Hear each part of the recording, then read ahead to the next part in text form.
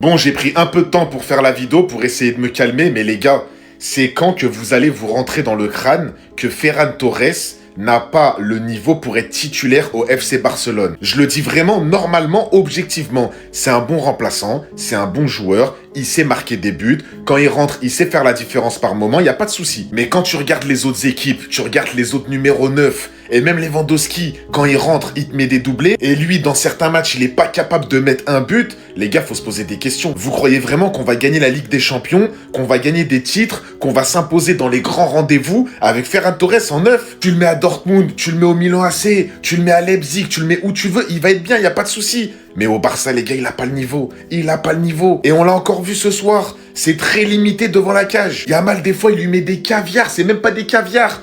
Il lui sert un plateau repas dessert. Il lui met tout sur la table. Il arrive pas à marquer. Juste Lewandowski, 39 ans, les gars, il est meilleur que lui. Je vous jure, Lewandowski, il est meilleur que lui. Tu mets même Rashford en neuf, je préfère. Même Rafinha en neuf, je préfère. Moi, j'ai été patient avec Ferran Torres. La vérité, je le dis depuis longtemps qu'il a pas le niveau du Barça.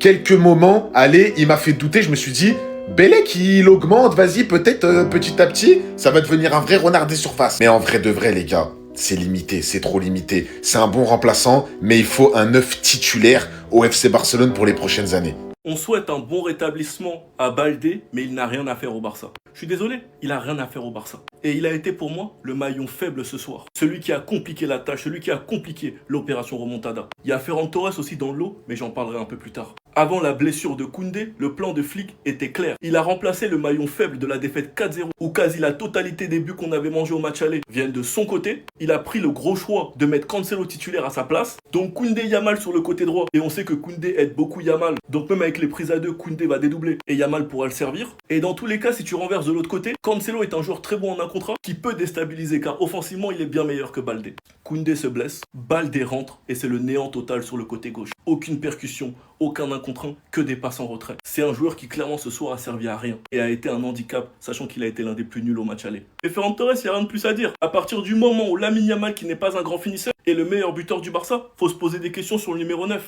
qui est Ferran Torres. Ce soir, on a vu que tous les joueurs ont élevé le niveau et on a clairement vu qu'il ne l'était pas et qu'il ne mérite pas sa place de titulaire au Barça. Ferran Torres et Baldé. Dites-vous les gars, j'ai plus confiance à Bernal en tant que numéro 9 au FC Barcelone que Ferran Torres, qui est notre numéro 9 de base. Vous vous rendez compte? J'ai plus confiance à un milieu de terrain qui joue qui joue en double pivot dans mon club qu'à mon attaquant, à mon numéro 9 qui est censé marquer des buts. Et les gens qui me disent que la priorité du FC Barcelone, c'est un défenseur et non un numéro 9, venez ici. Quand vous regardez la performance de ces mecs-là, aujourd'hui, et pas qu'aujourd'hui, depuis quelques matchs d'ailleurs, et Lewandowski, vous êtes sûr que c'est un défenseur qu'il nous faut et non un attaquant? Parce que moi, je vous dis, il est hors des questions qu'on commence une nouvelle saison avec ces mecs-là en tant que numéro 9 ou Lewandowski. Il est hors des questions. Hors des questions. Débrouillez-vous, mais ramenez-nous un grand 9. Un grand 9 clinique. Un grand 9 de classe mondiale. Débrouillez-vous. Ramenez qui vous voulez, mais débrouillez-vous. Allez, ramenez-moi ça pour la saison prochaine. Parce qu'il est hors des questions que moi je repasse une nouvelle saison avec ces mecs-là. Et Lewandowski. Ah ouais, moi je vous dis, il est hors de question.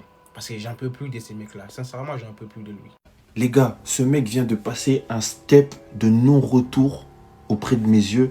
C'est n'importe quoi. Parce que les gars, je vous jure les gars, que si aujourd'hui il avait juste pas joué, en fait, juste, il aurait joué comme un 9 normal. Les gars, juste il aurait joué comme un 9 normal en mode il a 3 occasions, il en met 2. Je vous jure qu'on fait cette remontada. Le nombre de gros matchs que ce mec-là, il nous tue les gars. En fait les gars, il peut pas juste être nul et réussir quelque part. C'est en mode il est nul. Tu peux même pas combiner avec lui. Tu lui fais la passe, tu sais qu'il va la perdre. Il est devant la cage. Il fait le bon déplacement, surtout sur le corner là. Il fait le bon déplacement. Tu sais que ça a été bossé à l'entraînement, mais il est surpris. Les gars, je vous jure, j'en peux plus. Les gars, aujourd'hui, il a passé un step, les gars. J'ai failli pleurer à cause de lui, wesh. Parce qu'en fait, je sais qu'avec ce 9, c'est le seul joueur de l'équipe, tu sens qu'il n'y a aucun espoir. Et je sais que quand je dis ça, vous voyez Araujo. Mais au moins, lui, tu sais qu'il a eu quelque chose dans sa vie, tu vois. Ferran Torres, il va mettre ses buts contre des granadas, tout ça. Il va faire chute. Mais quand ça tire dans le quartier, il est où? il se cache en bas de son lit. Vas-y, frère.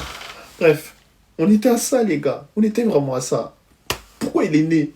Même son anniversaire, il l'a raté, frère. Putain, j'ai fait chier. Lamine, un jour je donnerai des leçons de vie à mes enfants, je l'espère. Et sur la leçon de vie de la jalousie, c'est toi que j'utiliserai comme exemple.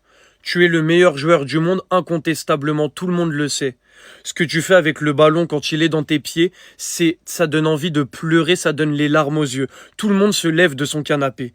Tout le monde allume sa télé pour te voir jouer, mais malgré ça, des jaloux, étant donné que tu ne joues pas pour leur club ou dans le club rival, essayent de rabaisser tes performances alors qu'ils savent pertinemment que si tu jouais pour leur club, ils auraient déjà 3 comptes fans qui republient des edits de toi.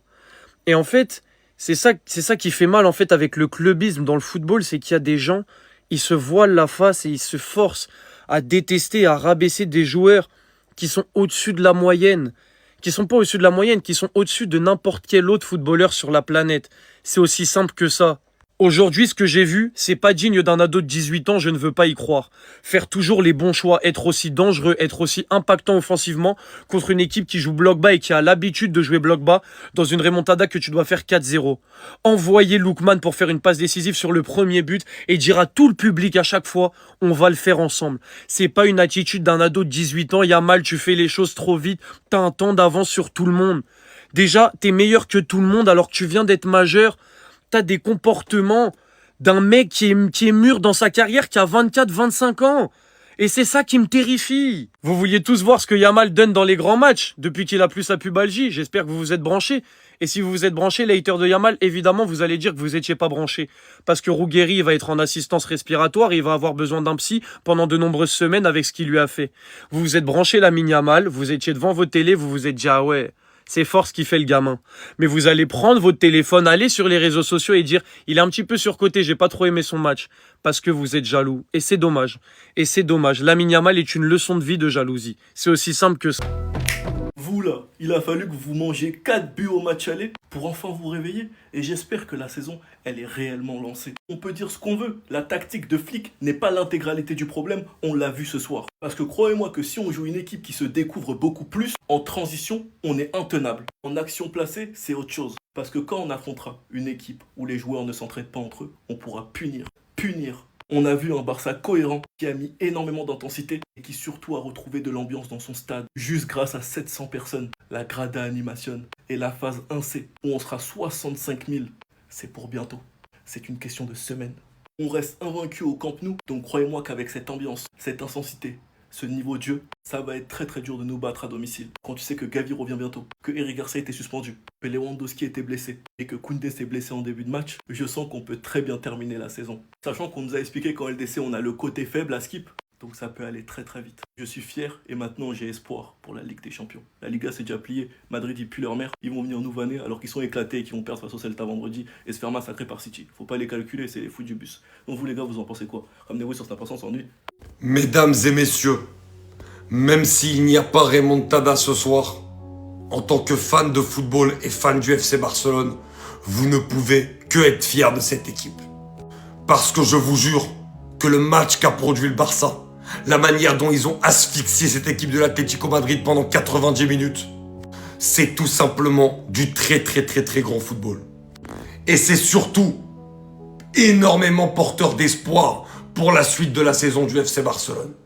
J'ai vu une équipe où il y avait du collectif, où il y avait du jeu, où on avait des connexions, où on avait des circuits, où on avait des joueurs qui étaient combatifs, qui étaient prêts à faire les efforts.